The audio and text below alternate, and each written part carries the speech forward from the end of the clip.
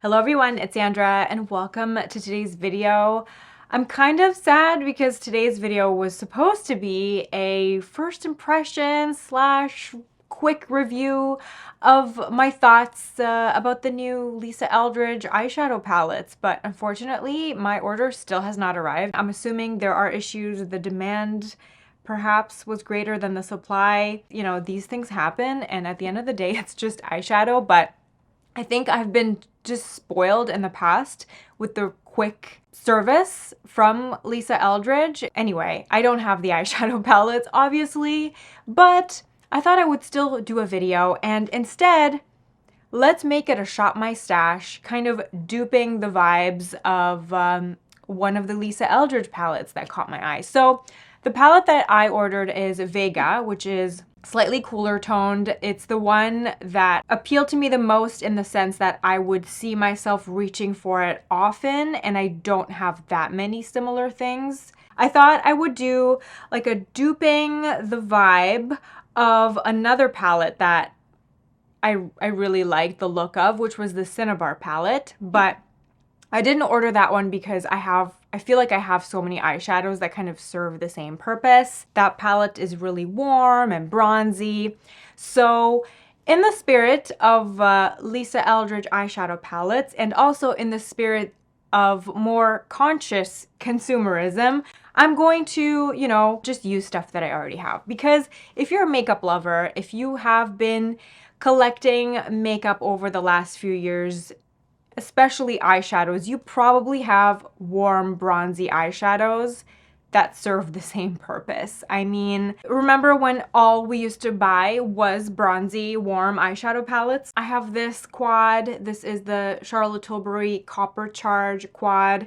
I feel like some of these tones serve the purpose. I have the Urban Decay Naked Reloaded that certainly has all those beautiful warm tones.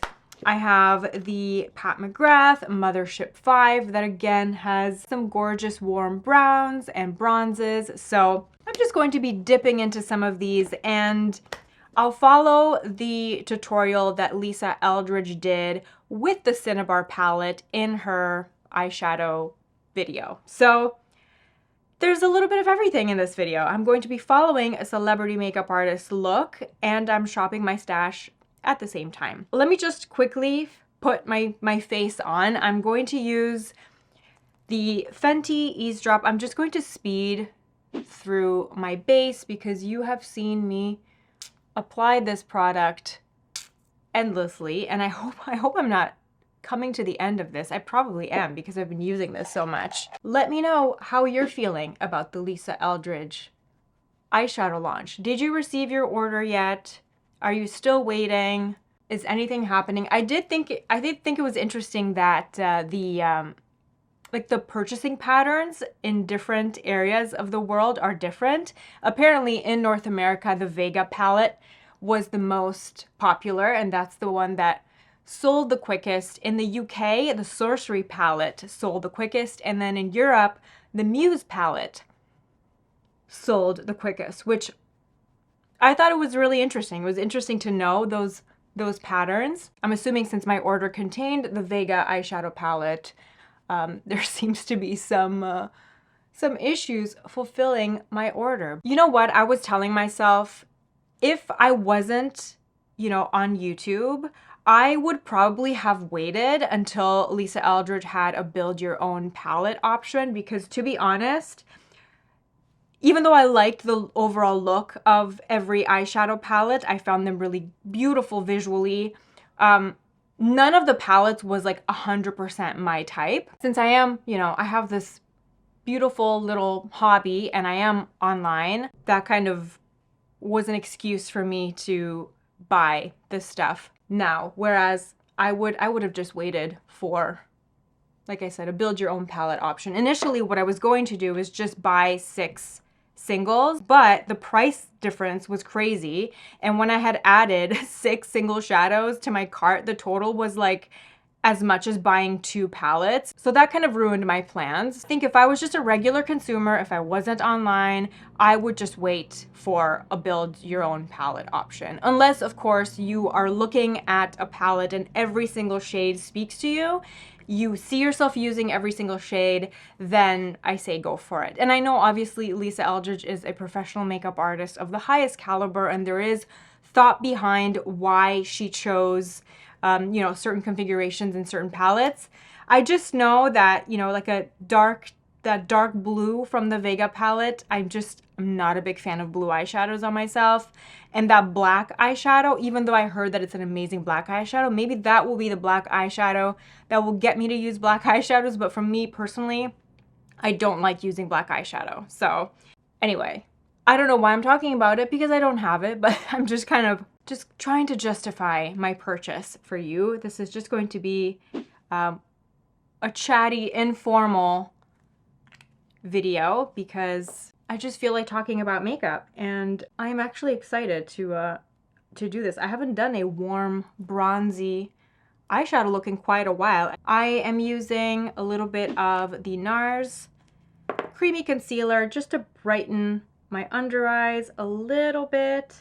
And I'm going to need something more heavy duty to counteract Mount Vesuvius and Mount Etna over here, because it happens to me every time. I think in my last 2 videos, I was really smug and I mentioned how happy I was with my skin and with my skincare routine. And without fail, every time I do that, I get a breakout. They decided to remind me that I'm not the boss. Going in with my trusty Laura Mercier Secret Camouflage on those larger blemishes. This is still my favorite concealer for blemishes, especially if you suffer from cystic acne, those large angry bumps. I just feel like this concealer really sticks and the pigment doesn't fade throughout the day. Unfortunately, with these larger blemishes, the main issue is texture, and nothing, like unfortunately no product will help with texture. A bump is a bump. There's no way to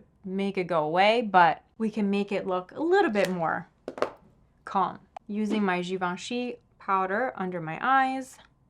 On the rest of my face, I'm going to use the Makeup Forever matte powder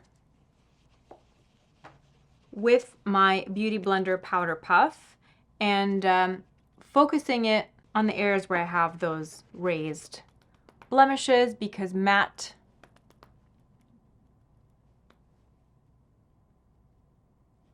powder camouflages those raised bumps the best.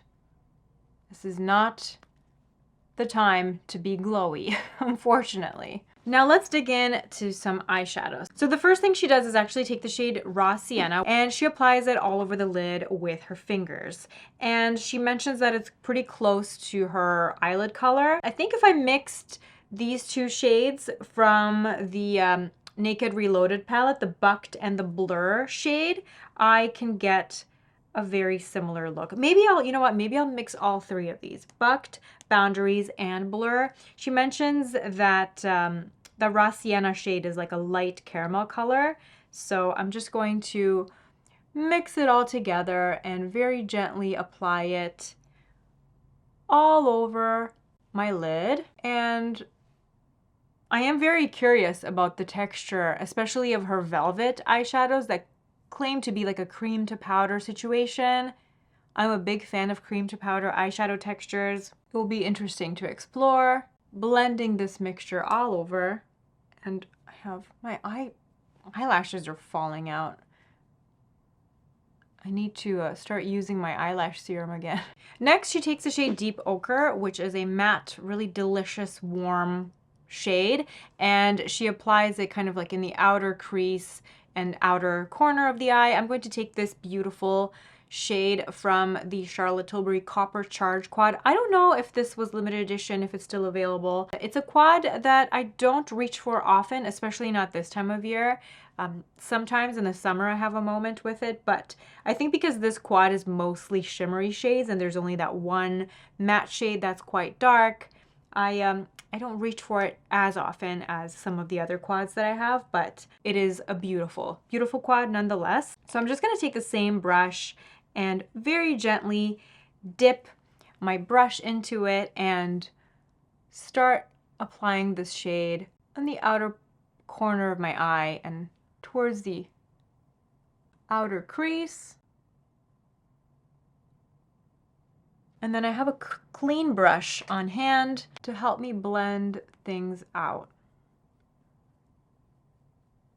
You know, we're not reinventing the wheel here. These are quite simple colors that I'm sure we all have laying around, especially if you're into warm tones. Next, she takes the shade Fired Earth, which is a gorgeous dark brown, even darker than what we used. I feel like this dark brown from the Mothership V eyeshadow palette from Pat McGrath kind of fits the bill. I'm just going to take a smaller brush and then very gently, again, just smoke out the outer corner to create the daytime look that she did in the video. And again, this is right up my street. You know what else would have worked to do this? Cocoa Mirage by Tom Ford. These tones used to be my jam like 2-3 years ago. I feel like I'm stepping back in time. Next, she takes the same dark brown and mixed with the middle brown, and she applies it on the lower lash line. I'm going to do the same thing. Never underestimate the power of just mixing your mattes, mixing eyeshadows. And I noticed that a lot of my favorite makeup artists do this all the time. Then the last step she does for the daytime look is she just takes a little bit of the sparkly, like a sparkly light gold shade from the palette, and she applies it in the inner corner just a little bit.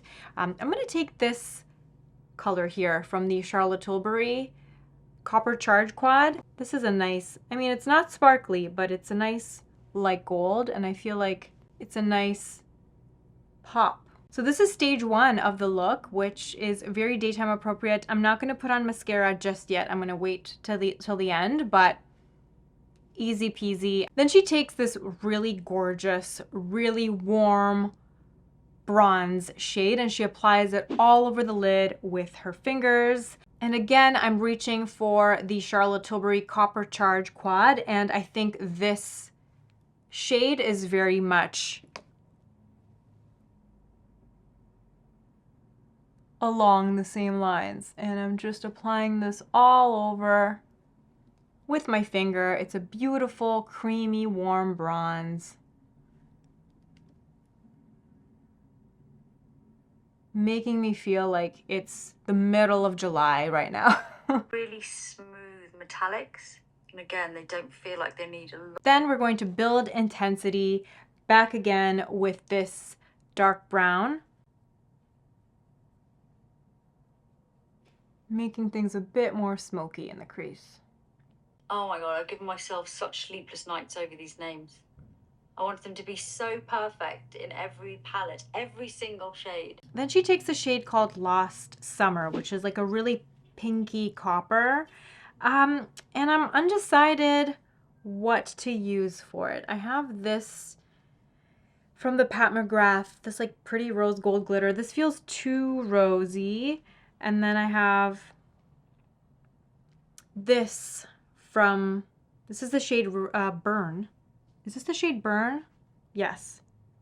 I have the shades Burn and Reputation from the Urban Decay Naked Reloaded palette. And I feel like the shade Reputation might fit the bill here. It's just something less orange than the copper shade, but again, it's like a nice metallic. A small amount of it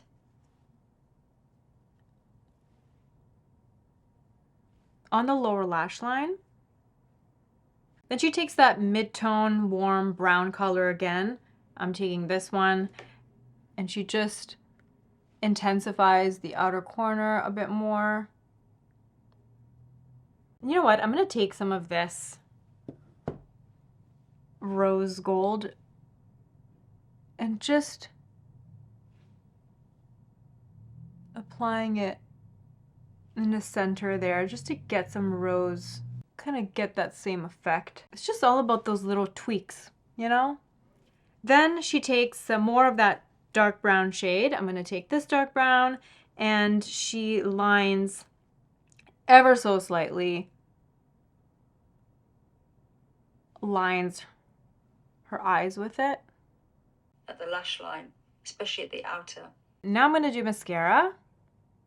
I have this little sample of the Gucci mascara, which I've always wanted to try. It wouldn't be a good old faithful shop my stash video if I wasn't using my Becca bronzer. This is, I can't believe I have not hit pan on it yet. Seriously.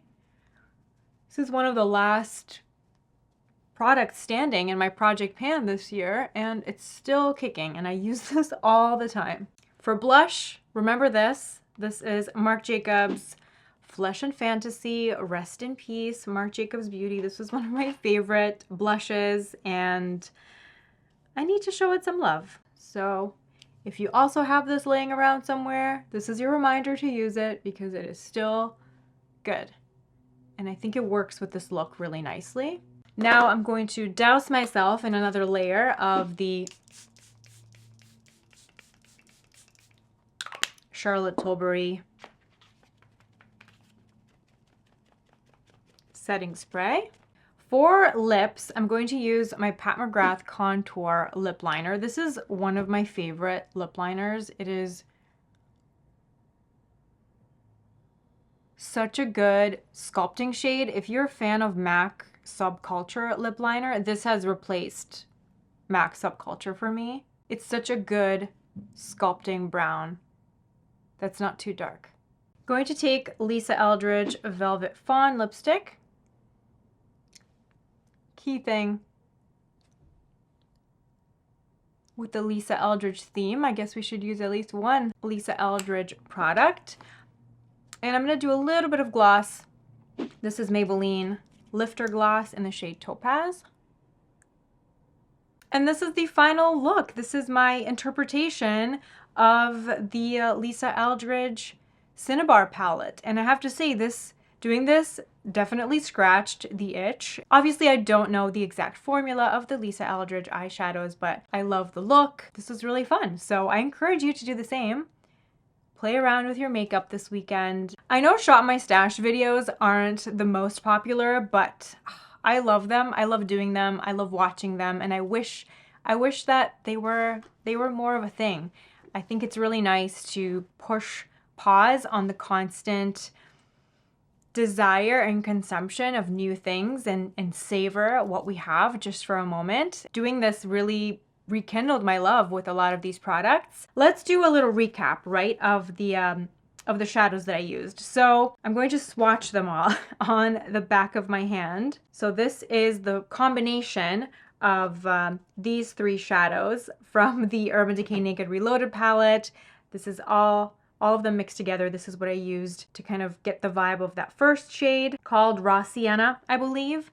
Then I used this warm brown from the Charlotte Tilbury Copper Charge. And then I used the dark brown from the Pat McGrath Mothership V palette. Then I used light gold shade, again, from the Charlotte Tilbury Quad. Then I took this coppery shade, again from the Charlotte Tilbury Quad. And then I took the Reputation shade from the Urban Decay palette with a little bit of the Sparkly Rose Gold from the Pat McGrath palette on top. So this is me kind of duping the vibe of the Lisa Eldridge Cinnabar palette. And if you like these kinds of videos, Hannah Louise Poston does a lot of these duping the vibes videos, and she actually did one with kind of duping the vibe of the Lisa Eldridge Sorcery palette, so highly recommend watching that if you like this video. Thank you so much for hanging out with me today. Thank you so much for taking the time and watching this video. I really appreciate it. I hope you're having a great day, and I will see you in my next video. Bye!